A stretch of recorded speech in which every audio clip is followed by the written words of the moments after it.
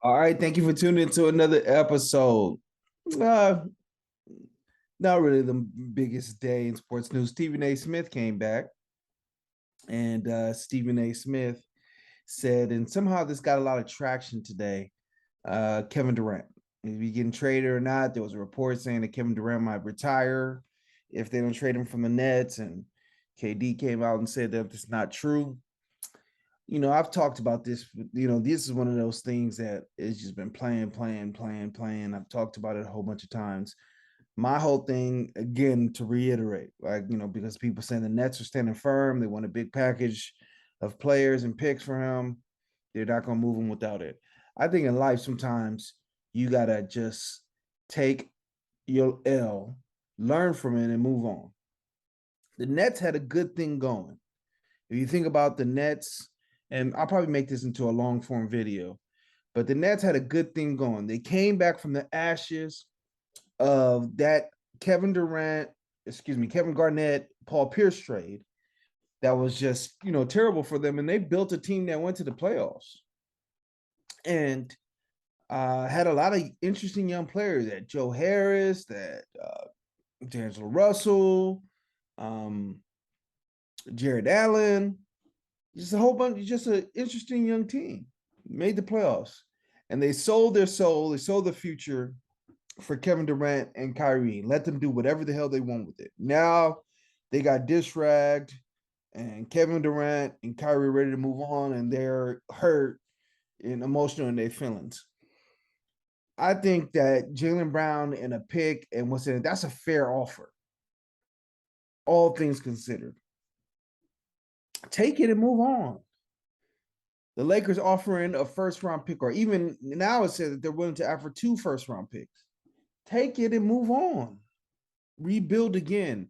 Learn your lesson that, hey, let's not be thirsty and trade for these two guys and bring these two guys in and just let them run the whole thing, you know? Turn the place into a shamakery. After we built ourselves back up, let's not do that. We're not going to move like we're starving next time. That's a lesson learned. But to say, oh, you want equal value, that's not how life works. If you mess up, you generally there's not someone that's gonna come save you. Like you have to save yourself. So, we'll see if they make the trade happen. I mean, obviously, like I said yesterday with the Christmas schedule, the NBA doesn't think KD and Kyrie are gonna be there. I don't think they're gonna be there. Um, I think that they're gonna, get traded at the end of the day, and we'll see what happens. But Stephen A. Smith came back today and he said, oh, he talked to Ben Simmons and Ben Simmons is great, blah, blah, blah. I don't know if you saw another thing. Ben Simmons said that he will be ready to play, and him and the Sixers came to some settlement negotiation on the money that was owed to him. So we'll see what happens. Um, as far as the NFL,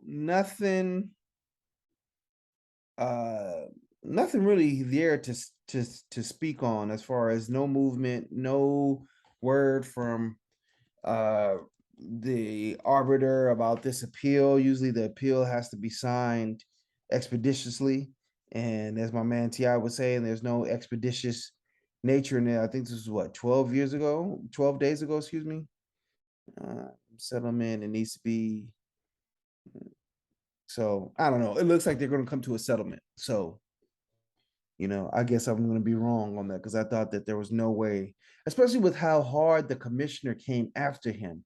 And maybe the commissioner can wash his hands with the process by saying, hey, well, I don't know, because if they come to a settlement, then the commissioner's involved. I don't know. This is not making sense to me, man. So let's see. Russell Wilson, Nathaniel Hackett, more partners than coach players. This is the same shit. The same exact stuff that I was just talking about with the Nets. When you give someone complete control of the team, the Broncos moving like they starving. Let's go get Russell Wilson. I'm just not sold on him. Like, we could have a discussion. But I'm just not sold on him. When he won as a piece. he wasn't the like Charles Barkley says, the bus driver. He was a piece on the team. The defense is what made Seattle. It was LOB. Once they started segueing out of LOB, when they started losing um, Crowder and lost Earl Thomas, and the defensive line started to get all losing Michael Bennett, Michael Averill, Cliff Averill retires. When they started losing these players, Seahawks didn't win nothing. I think they won one playoff game versus the Eagles, where the quarterback tore his ass muscle. McNown, the backup quarterback, came in, and they could have won that game with the backup, but the backup tore his ass muscle. So I say that to say, how good is Seattle really? You know? So if this guy's this great quarterback, wouldn't he have won some games? It's not like he didn't have weapons. He had DK, he had Tyler Lockett. Both players got paid, and no one says it's an overpay. So the labor pains I see, where's the baby? So, I mean, this is the same as actually that I was just talking about with the Nets. You mess yourself up when you start saying it's a partnership and you start like, well, hold on for a minute here. Hold on for a minute here. So, last thing I want to talk about is the Alabama preseason poll. So, preseason poll matters because you need to be somewhere around here to get up into this area, you know?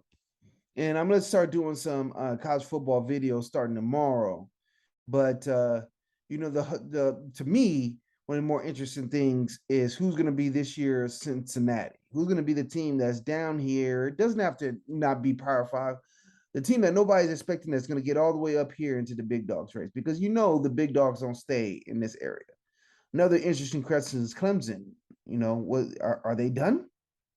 That season was not the type of season that you expect from a Clemson. So, you know, are they going to get themselves back to what they used to be?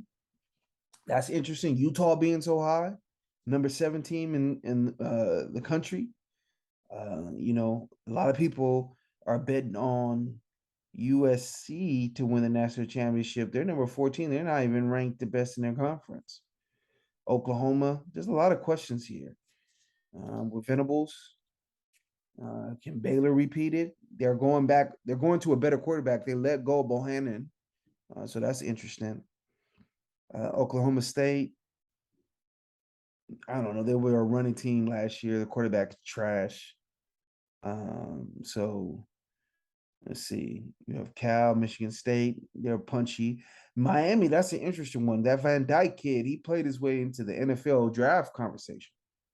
So Pittsburgh, they lost their number 1 guy to USC.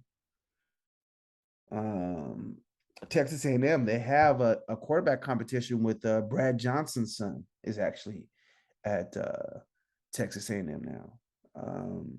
Going, you know, in a battle with King, who was supposed to be the quarterback last year, but I think he tore his ACL week 1. So a lot of interesting storylines down here. Arkansas, Kentucky, you know. These are 2 things I'm gonna, you know, talk about because, you know, with the money coming into the SEC now, it really changes dynamics, you know, when you got to compete now with Kentucky is in the game, you know. That's just more and more and more. There was a time where in Alabama, just they got everybody. They even did some shit called gray shirting, which is you sign a player and then have him go to a 1AA school. So they had players going to Troy, into Buffalo, into places like that. Then the next year, you can bring him back. Doesn't have to sit out the year on the transfer because, the transfer portal is just something new. So that's what they were doing. They would have guys that they would discuss 5-star, 4 stars, 5 stars, 4 stars, go not sign with not sign with the Georgia or Mississippi or something like that. They would go 1AA with a Troy, play 1 year there, and then transfer back to Alabama once they had the scholarship, because you have a scholarship limit. That's how stocked it was at Alabama. Now you got Kentucky, who had a top 5 class. So again, when I talked about Nick Saban complaining, I think his complaints and the way that he came after Texas A&M and the way that he said, well, it's going to be hard and other people are buying classes, I think he's sending a warning shot like, hey, Alabama people, those days of us just having our backups being better than SEC teams, those days are almost over. Because everybody's in this game now. And they got cash money. They spending cash money. And this is Alabama. We one of the poorest states in the union. Right? So it's going to be interesting to see what's happening in college football. I'm excited. I think, 2 weeks to week 0? So I got to get these videos out, man. Ohio State number 2 overall. That's interesting. I mean, they got a high octane offense. That Stroud, he was wishy-washy to start the season, but he ended the season strong. They got a high octane offense. Question with them is defense. Can they stop anybody? So, and then Georgia, I think Stetson Bennett is back, but are